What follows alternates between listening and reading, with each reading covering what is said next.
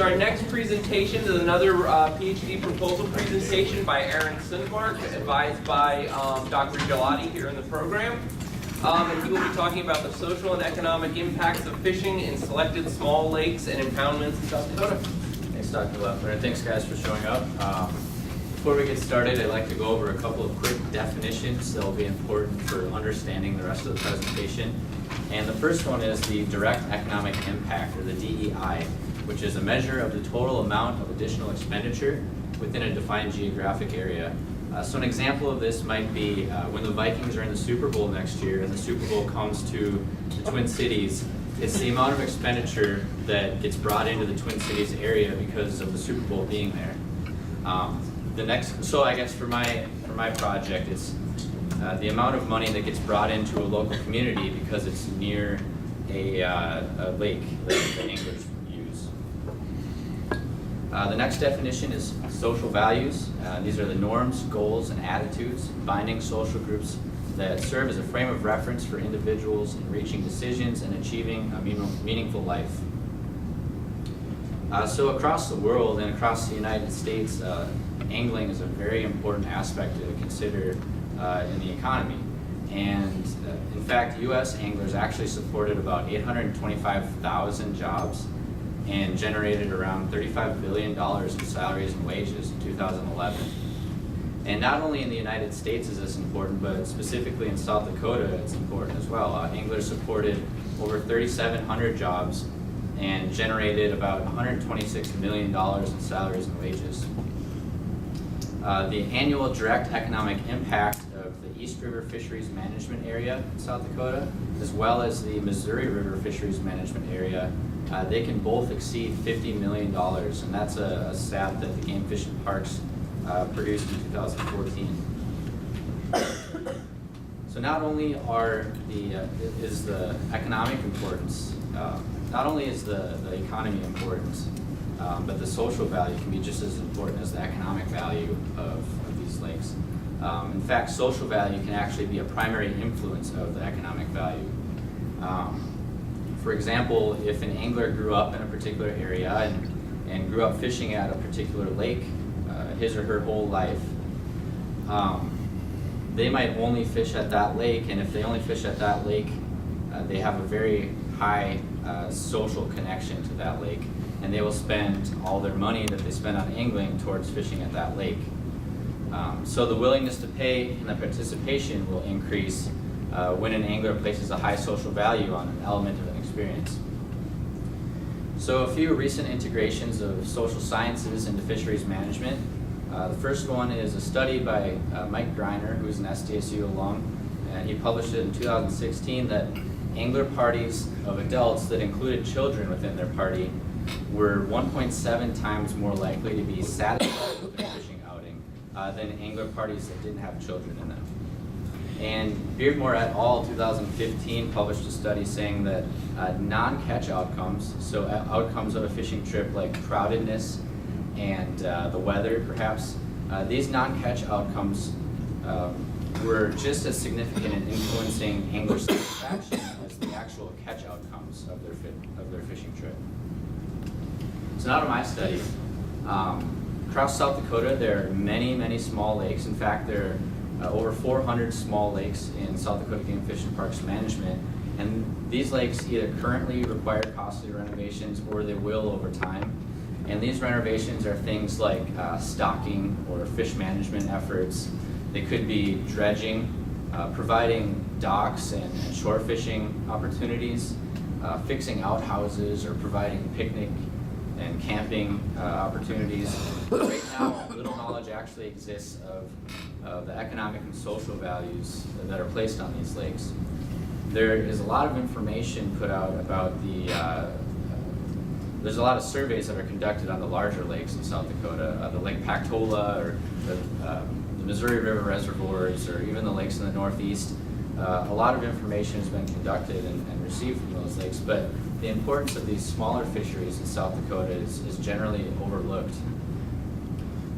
So we would like to provide information about the economic and social importance of these lakes, and hopefully this information will help in the decision-making processes pertaining to costly renovations currently and through time, as well as it might influence some management tactics by the game fish and parks. So the first objective is to estimate the direct economic impact of water-related recreation at small lakes on the local economies.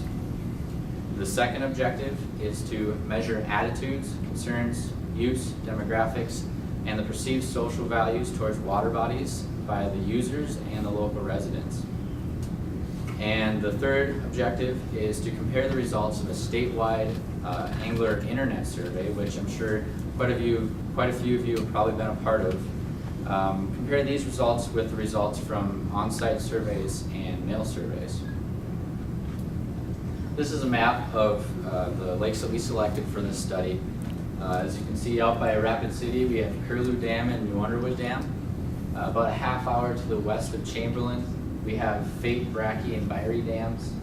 And around Sioux Falls, we have Scott Slough and Lake Elvin. And if you can see that these lakes are in clusters, we did this because we wanted to have field clerks sample more than just one lake at any given sampling outing within a day. So a creel clerk could go out and sample all 3 of the central lakes within one day, and that really increased our coverage of the lakes.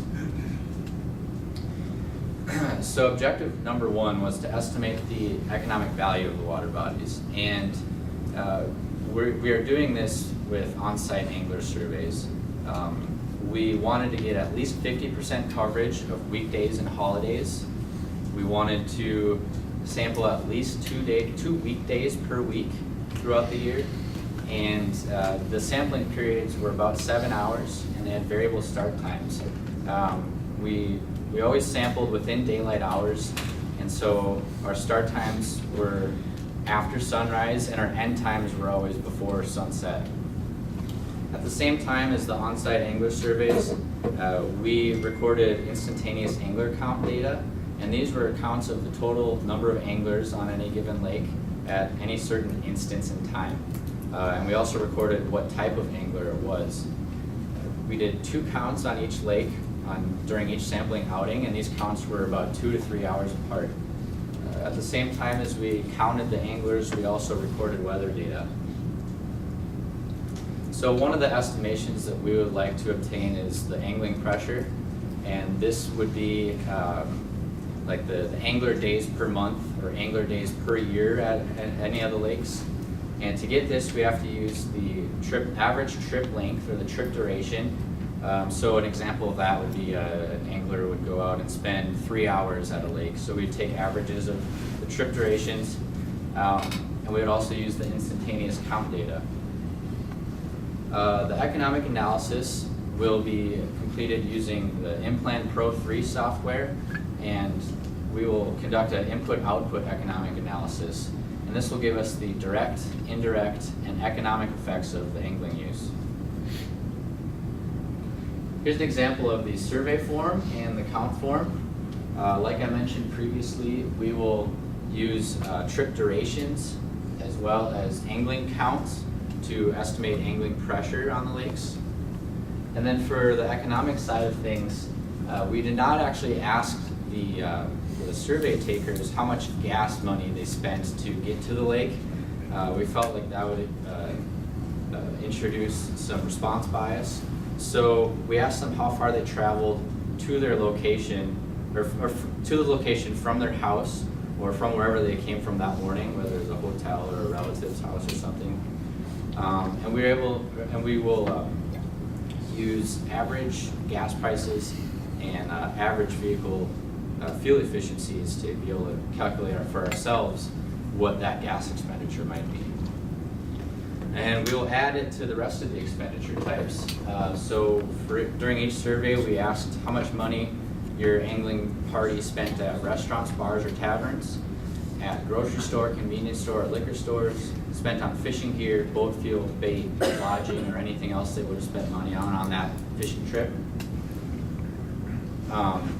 So objective number 2 is to measure the attitudes, concerns, use demographics, and perceived value of the water bodies by users and local residents. So to do this, we sent out some mail surveys to the residents of the local communities of nearest the survey lakes. We sent about 1,000 surveys to the communities of Box Elder and New Underwood, around 700 to Presho, Kennebec, and Reliance, around 1,000 to Humboldt and Hartford, and 1,000 to the Harrisburg area. And with the information collected from those surveys, we will hopefully be able to make comparisons of demographics and social values, and we will do this with ANOVAs and chi-squares. Here's an example of what a mail survey would look like. So we would actually have a cover page that would have a paragraph of information describing how to take the survey and what the survey is actually about. And then we would open the survey up, and there would be questions specific to each one of the dams or the lakes. And then on the last page, there's questions asking about demographics. So the first question we would ask is, how familiar are you with this particular lake? If they're completely unfamiliar, they would either skip to the next lake, or they would skip ahead to the last page of the survey where they would be asked the demographic information. If they were slightly familiar, they would skip the next set of questions asking about how you use the lake. And if they were moderately or very familiar, they would move on to the next question, which asks what type of activities did you participate in at this specific lake. If it's shore fishing or boat fishing, if it's picnicking, swimming, hunting, taking your dog for a walk, or anything else, they would check that. And we would also ask, how many days did you spend fishing in 2016 at this particular lake? How many days of shore, boat, or ice fishing? The third question we asked is, how would you rate this particular lake on each of the following? The management of the fishery by the GFP, the overall quality of the fishing, and the shore, boat, and ice fishing opportunities. The next question is asking for opinions about that particular lake. If it's scenic, if it's crowded, if they see it as a good place to take family, or if it's good for local businesses. And the last question is, overall, how would you rate this particular lake to your overall quality of life living in your community? So the third objective, if you remember, is to compare the results of the statewide angler survey, the internet survey, with results from on-site surveys and mail surveys. And the internet survey actually asked project-specific questions pertaining to the 7 lakes included in the study, and these were added to the 2015 and 2016 annual statewide survey, which, like I said earlier, a lot of you have probably participated in, I hope. And with this information, we will make initial comparisons of the demographics and the social values with the ANOVAs and chi-squares.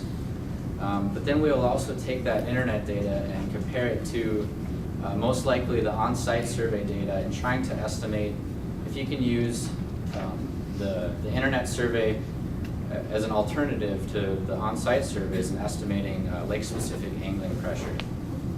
So we will make comparisons with ANOVAs and chi-squares. A brief schedule of our survey work. The on-site angler surveys and instantaneous counts were conducted in the calendar year of 2016, so they have been completed. The mail surveys were sent out January 2nd as soon as I got back from my New Year's trip, and we will cease to open any new mail surveys on March 28th, here in another week and a half or so. And the internet surveys were sent out in January 2016, pertaining to the 2015 angling year, and January 2017 pertaining to the 2016 angling year. So what management implications does this information have? So we would like for this information to help describe the overall value of small fishing impoundments in South Dakota. Right now, like I mentioned earlier, we have a lot of information on some of the larger impact fisheries in South Dakota. But to be able to estimate the total direct economic impact of angling in South Dakota, we need to incorporate the smaller fisheries into this. We would also like to include social value, potentially even into the economic model. Like I said earlier, the social values sometimes can have a primary influence on economic value. So that social value is also important. We hope that this information is used in future strategic planning efforts by the game fish and parks. And this information will assist in cost-benefit management decisions. And we would also like to see small fisheries included more often in some of the management efforts by the game fish and parks. So I'd like to acknowledge Dr. Larry Gelati, my advisor, Greg Simpson with the Game Fish and Parks in Rapid City, Dave Lucchese with the GFP in Sioux Falls, all the GFP staff and interns who helped me out a lot with the angler surveys, the on-site surveys last year, my technicians who helped me out with angler surveys, mostly in the Chamberlain area last year, as well as with some data entry, and also the citizen participants. These surveys are all voluntary, so we wouldn't have any information if these participants weren't involved. And I'd like to thank SDSU, the USGS Co-op unit, and also the Game Fish and Parks for funding this project. So with that, I'd take any questions.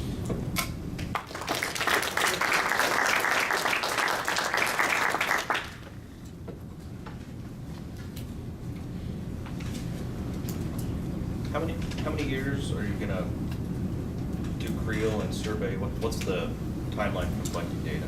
The on-site survey is just the one calendar year, 2016. The mail survey is just the one mail survey for each one of those 4 locations, and the internet survey is across 2 years. I was wondering, are there any graduate or advanced undergraduate courses at SDSU that allow the students some insight on how to use economic models, or does the economics department have courses specifically to help you integrate biology with economic models? Yeah, the question is if there are any undergrad or advanced grad courses that we might incorporate how to use economic models. I guess in our department, I'm not aware of it, and maybe some of these other professors might have an idea, but I know in the economics department, they have obviously, they have classes that teach economic modeling and everything, so. Maybe you can tell me, because I couldn't get any information from about that from the economics department. It was more about macro economic models. Yeah, and at this point, I am unsure about the courses in the economics department. So where did you get your training? Here. I was an undergrad in the fisheries department here, and then I went to Georgia, University of Georgia, and I studied fisheries in Georgia. So economics is a new concept to me, so I'm learning as I go. Okay. The economics department has an environmental economics, and I forget the title, but it's something like environmental and something economics class 400 level. So I don't know if they have it. Yeah, and that's listed actually as 4 or 5. That's a mixed level course, and I'm in it right now. Oh. So, yeah. Human dimensions of wildlife at the undergraduate level touches on economics as one of the units. We don't necessarily get into specific economic models, but we talk about contingency evaluations, certain economic concepts. What level is that? 400. There's also an advanced human dimensions graduate class too, which I teach. Which one? It's an advanced, it's just added to the curriculum, advanced human dimensions. It's a graduate class. Right. Great. Behind. In your surveys, with regard to survey bias and sometimes sensitive questions, do you have some kind of internal control? You ask the same question 2 or 3 times in different ways? No, I mean, since this is all voluntary, we don't ask questions several times to try to tease the information out of them. It's just, we ask them once, and if they don't want to voluntarily give us that information, we just move on. Yeah. What's kind of your gut feel about this? I mean, are people traveling? It seems like, from your survey questions and the data that you're collecting, you expect the vast majority of the economic gain to be derived from the travel to the lake. Yeah. So are people traveling to smaller lakes as opposed to, or or instead of traveling to some of the larger signature fishing lakes of the state? Yeah, I guess from what I've seen so far, and I haven't analyzed the data yet, but it seems that a lot of the people that are angling at these lakes are fairly local. You know, people still like to, when they travel to go angling, they like to go to the prime angling destinations that they see on TV or they hear about in blogs or whatever they do. So, yeah, I think a lot of the money that gets spent in the local economy is by locals themselves.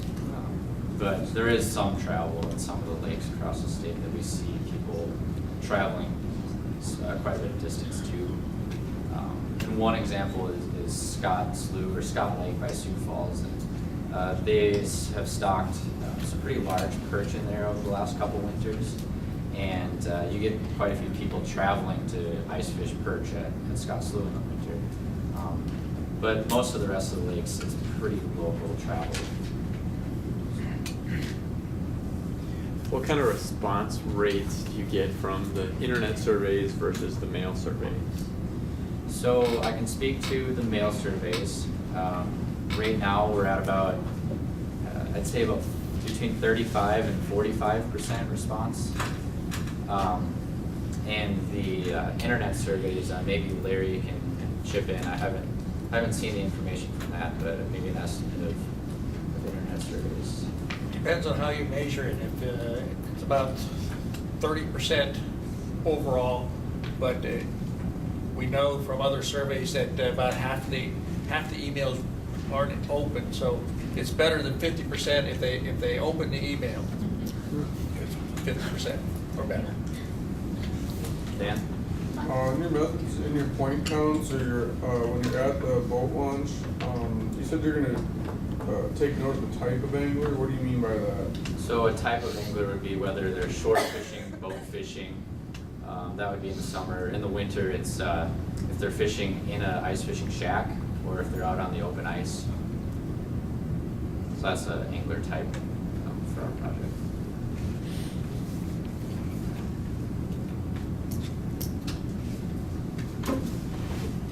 Do we have any questions from remote people?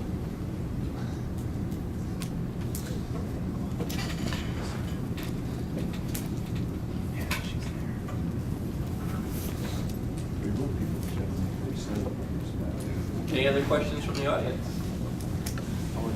Why don't you just explain a little the difference between the uniqueness of three different locations in terms of. So I guess another reason we these particular lakes were selected, we wanted some variation in how urban or rural these lakes were and their connection with distance to an urban center. So the lakes out towards Rapid are between 20 and 30 minutes from Rapid City.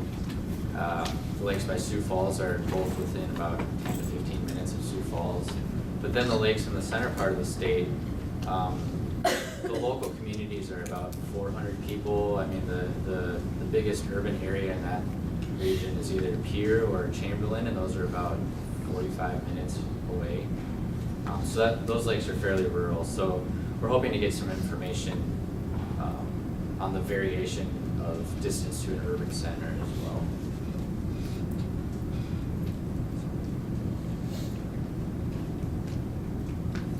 Any other questions?